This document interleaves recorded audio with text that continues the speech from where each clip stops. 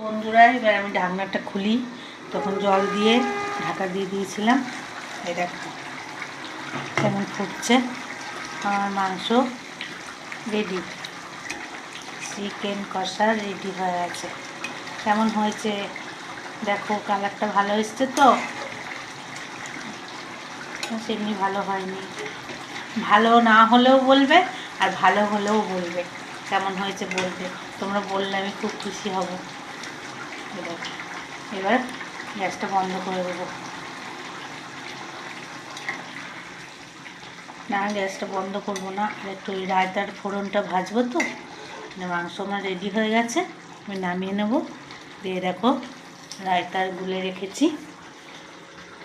এই যে এর মধ্যে একটু ফোড়ন দিতে হবে, ঘি দিয়ে, গোটা জিরে দিয়ে, শুকনো লঙ্কা দিয়ে ফোড়ন দেবো। এইটা হবে। আর আজকে আর টেবিলে যাচ্ছি না।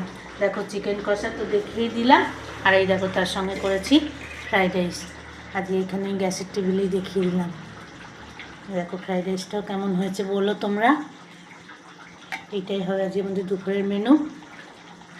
তাহলে আবার বিকেলে দেখা হবে তোমাদের সাথে। টাটা। টাটা।